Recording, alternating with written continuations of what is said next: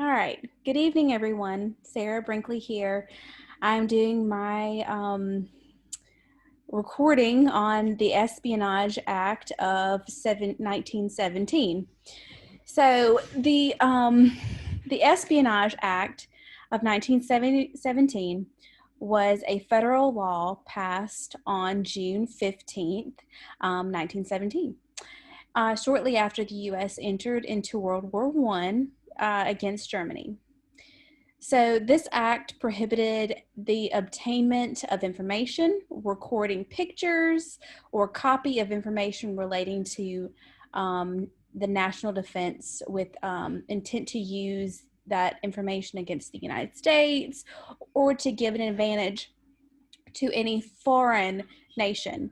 So, over 2,000 people were prosecuted under these laws, sentenced to prison for up to 20 years, and fined up to $10,000.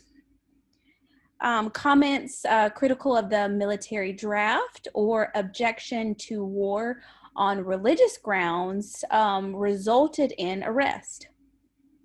The Sedition Act was not repealed until 3 years after the end of the war. One of the most famous activists arrested during this period, labor leader Eugene V. Debs, was sentenced to 10 years in prison for a speech that he made in 1918 in Canton, Ohio.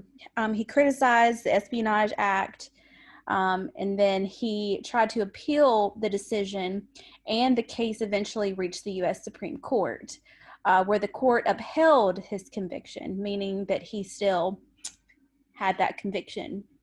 So though Deb's sentence was commuted in 1921, when the Sedition Act was repealed by Congress, major portions of the Espionage Act remain part of the United States law present day.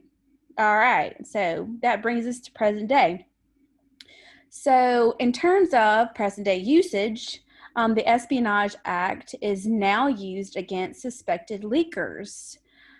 So the Obama administration used the Espionage Act to prosecute suspected national security leakers, which was preceded by the Trump administration by doing the same. So there's a pattern. We are using this on, and this next president, President Biden, will probably use this as well, so on and so forth. So the Espionage Act never envisioned modern communication, and its critics call it antiquated, and it was last amended more than a half a century ago. So it definitely needs to go through a little makeover, because everything is so readily available. Not just that, but I mean, anybody that has access could potentially copy files if they have the security, if they have the passwords, and they could always put it on a thumb drive and all this other stuff. So there's ways that this information can get out there, and there needs to be more that, anyways. So that's all I have tonight. I'm all done with this. All right. Y'all have a good night.